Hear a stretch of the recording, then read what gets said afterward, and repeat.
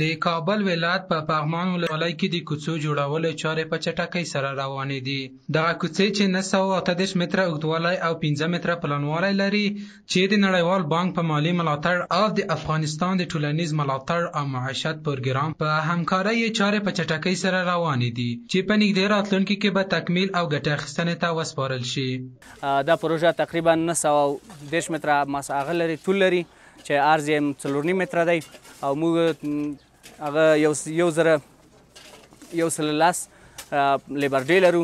په ورځ کې 150 نفره موږ هغه له کارګر په کار سره اچوو.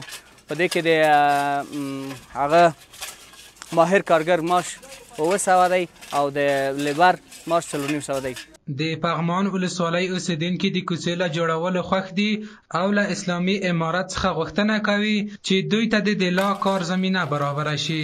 خواست ما دیگه از این دولت اینمی است که کاروبار باشه دیگه، برای مردم اینمی کاروبار کنن دیگه کدام خواست دیگه نداریم. اینمی کاروبار که اینمی کوچاک پخته میشه، اینمی برای ما هر چیز است. ما از کار از شرکت راضی هستیم، به خاطر که مردم در سرک بسیار مشکلات داشتن.